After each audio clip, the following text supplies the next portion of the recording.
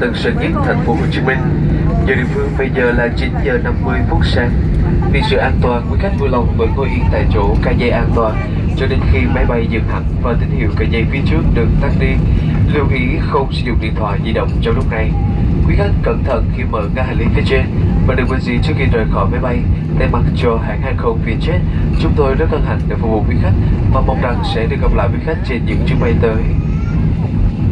Nếu quý khách cần sự trợ giúp, xin vui lòng liên hệ nhân viên mặt đất tại sân bay để cập nhật thông tin về lịch bay, điểm đến, các chương trình khuyến mãi. Quý khách vui lòng truy cập vào trang web www.vietjetair.com hoặc số điện thoại được giữ chỗ 19001886.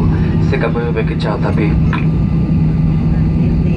Ladies and gentlemen, welcome to the Vietjet Airport, Ho Chi Minh City.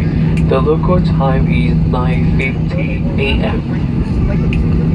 For your safety, please remain seated and keep your seatbelts fastened until the aircraft has completely stopped and the fasten seatbelts are turned off, and ensure all mobile phones are still off.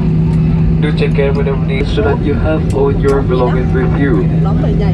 On behalf of Vietjet, we would like to thank you for traveling with us today, and we look forward to seeing you both again soon. If you need any assistance upon arrival, please contact latest promotions, booking and purchasing ticket. Please visit the website at worldwideweb.vietjet.com or contact our Winning World Call Center at 19001886. Thank you, goodbye.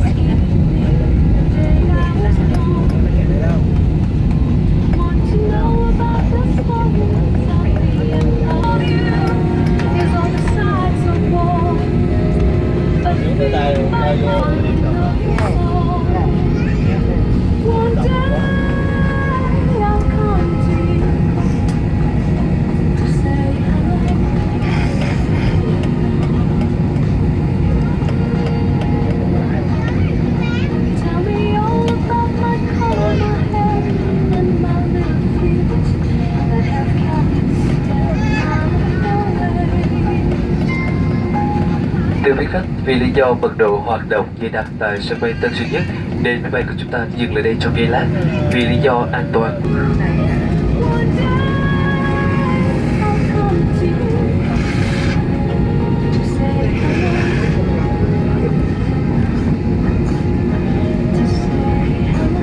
Thưa quý khách, vì lý do an toàn một lần nữa đề nghị quý khách không sử dụng điện thoại di động trong lúc này cho đến khi đèn hiệu cái dây phía trước được tắt đi. Xin cảm ơn sự hợp tác của quý khách.